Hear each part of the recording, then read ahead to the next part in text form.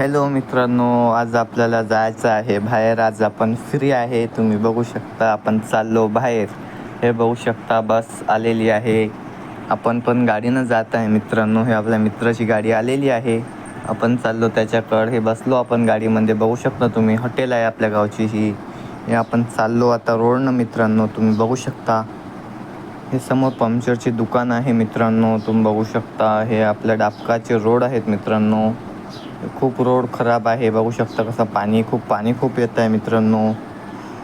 हे तुम्ही म्हणशाल आजूबाजूने का आहे, त्याच्यामध्ये काम चालू आहे मित्रांनो इकडं गावाकडं आपल्या.